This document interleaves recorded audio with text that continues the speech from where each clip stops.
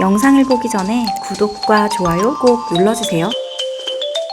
지상 위에 집 한 칸 구하기가 어려운 요즘, 일명 집방 예능 구해줘 홈즈가 인기를 끌고 있습니다. 의뢰인이 원하는 가격대의 집을 두 팀으로 나누어 경쟁적으로 보여주는 방식인데요. 현장에 직접 가보지 않고 TV로 집을 보는 재미가 쏠쏠합니다. 하지만 구해줘 홈즈에서 소개된 일부 주택은 불법 논란이 일고 있습니다. 옥탑방이나 다락방은 물론 층고를 확 높인 복층 구조까지 건축법상 불법인지 아닌지 아리송한 집들이 적지 않게 출현한 건데요.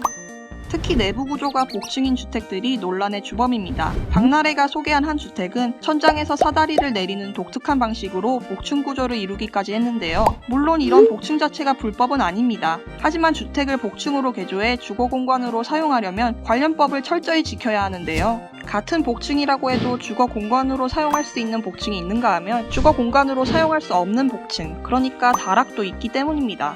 복층이 주거 공간이 되려면 아래층과 위층의 층고가 거의 같아야 합니다. 그렇다면 위층에도 화장실이나 주방, 난방시설을 설치할 수 있겠죠. 이처럼 주거 공간으로 인정받는 복층은 주택 바닥 면적에도 포함됩니다. 쉽게 말해 등기부 등본에 이 면적이 표시되는 건데요. 바닥 면적으로 인정되는 복층은 당연히 매매가와 전세가가 비쌀 뿐 아니라 건축물을 담보로 은행 대출을 받을 때에도 더 유리합니다. 하지만 구해줘 홈즈에 자주 나오는 복층을 보면 허리를 반듯하게 세울 수 없을 정도로 층고가 낮습니다. 이렇게 층고가 낮은 복층은 그 자체가 불법은 아니지만 난방시설이나 화장실, 주방 등은 설치할 수 없습니다. 한마디로 층고가 1.5m 이하라면 짐을 보관하는 다락 용도로 사용해야 하며 건축법 시행령에 따라 바닥 면적으로 산입할 수 없습니다. 다락은 주거 공간이 아니므로 따로 임대할 수도 없고요. 보일러 같은 난방시설을 설치하는 것 역시 불법입니다.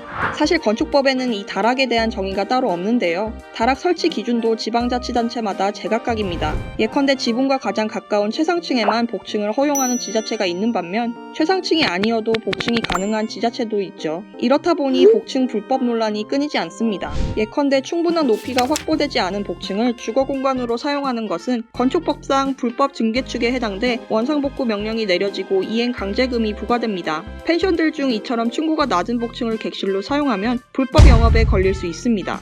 주택뿐 아니라 일반 건물이나 상가도 복층 운영은 절대 조심해야 하는데요. 지난 7월 복층으로 불법 증개축을 한 광주광역시의 한 클럽에서 복층 데크가 무너지며 무려 36명의 사상자가 발생하기도 했습니다. 이 클럽은 증개축이 불법인 줄 알았지만 구청에 적발될 경우 일종의 벌금인 이행 강제금만 내면 되기 때문에 아랑곳하지 않았다고 하네요. 상가들에서도 불법 복층 영업을 종종 볼 수 있습니다. 광화문의 한 대형 빌딩 1층 식당은 원래 한 개층인 내부를 복층 구조로 만들어 버젓이 2개층으로 쓰고 있습니다. 이 식당은 워낙 손님들이 많아 불법 개조에 따른 이행 강제금보다 복층 구조에서 벌어들이는 수익이 훨씬 높아 2개층 불법 영업을 계속하고 있습니다. 서울시에 따르면 2016년 기준 불법 건축물 단속 건수는 무려 46,000여 건에 달합니다. 지금까지 풀스토리였습니다.